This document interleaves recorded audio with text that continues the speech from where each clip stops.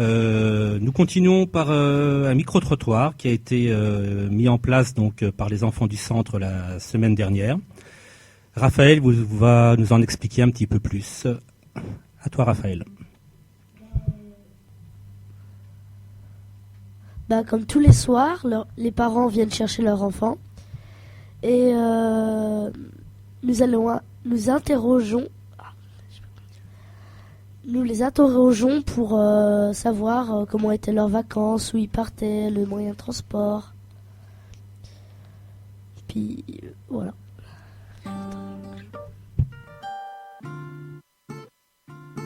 Est-ce que vous partez en vacances ? Ça m'arrive, heureusement, de temps en temps. Oui. Oui, de temps en temps. Que pendant les vacances d'été. On part pendant les vacances d'été, pas les vacances de mars. Quel hébergement utilisez-vous ? Alors, l'hébergement, c'est soit dans la famille, soit à l'hôtel. Le camping. La location. Quand on est vieux, c'est plus pratique quand même que le camping. En été, on va au camping. Comment vous déplacez-vous ?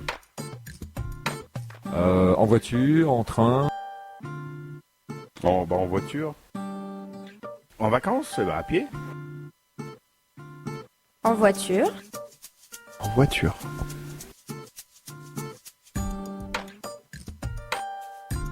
Combien de temps partez-vous ? Combien de temps on part ? En général, sur l'année, mettons 2 semaines. Une semaine, 15 jours, ça dépend. 3 semaines à 1 mois. Une semaine. 10 jours.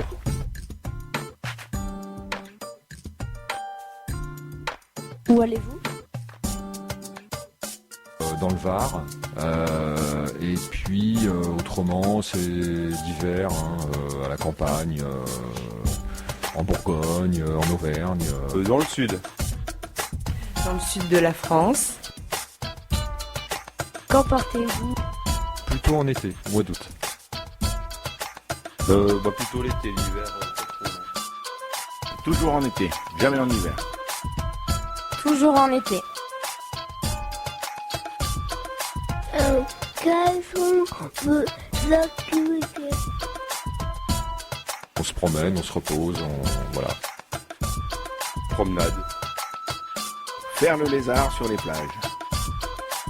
Plage, balade, voilà.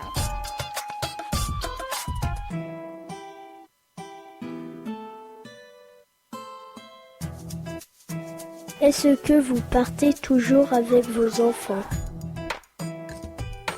Toujours, oui, majoritairement, oui, avec les enfants. Bah oui, ça leur fait plaisir aussi. Mais c'est eux qui partent avec moi, c'est surtout ça.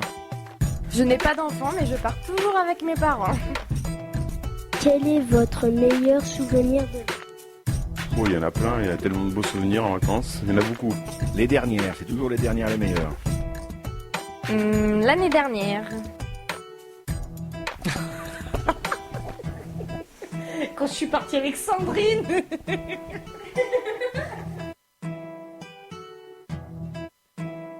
C'est il y a très longtemps quand j'avais pas mes enfants et justement on avait été au même endroit où on va maintenant, on était allé dans les Pyrénées. Quel est votre pire souvenir de L'année où j'en ai pas eu. Je n'en ai pas. Je suis tombée en panne de voiture. Quand on reprend le travail. Comment faites-vous pour vous payer vos vacances ? Et comme la majorité des gens, on travaille. Je travaille un peu et mes parents travaillent aussi. On travaille.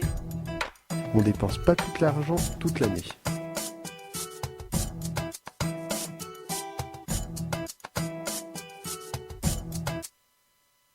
Voilà donc la fin du micro-trottoir. Donc on peut remercier les parents qui se sont prêtés au jeu et surtout nos petits journalistes.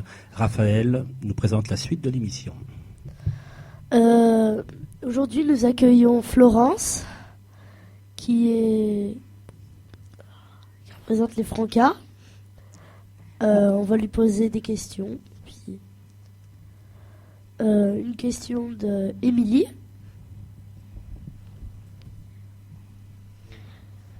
Quand crois vous... que c'est- Attends, quoi Je pense que c'est une question de Jade. Oui, de Jade. Pourquoi avez-vous choisi le centre de loisirs de Viré pour lancer la campagne de la JPA? Bon, déjà, bonjour et félicitations pour le travail que vous faites parce que les auditeurs voient pas, mais c'est très technique. Alors, pourquoi on a choisi? On était en réunion de la JPA il y a un mois ou avant Noël, je crois. Voilà. Et puis donc les personnes présentes, on s'est questionné cette année où est-ce qu'on va lancer la campagne JPA. À chaque fois, la JPA a essayé de trouver un endroit où des enfants faisaient des choses, pratiquaient des activités, que ce soit de vacances ou pendant le temps scolaire. Alors je crois qu'à certains moments, le lancement de la campagne a été accueilli dans des collèges, dans des centres de vacances, à Chardonnay, pas bien loin, etc.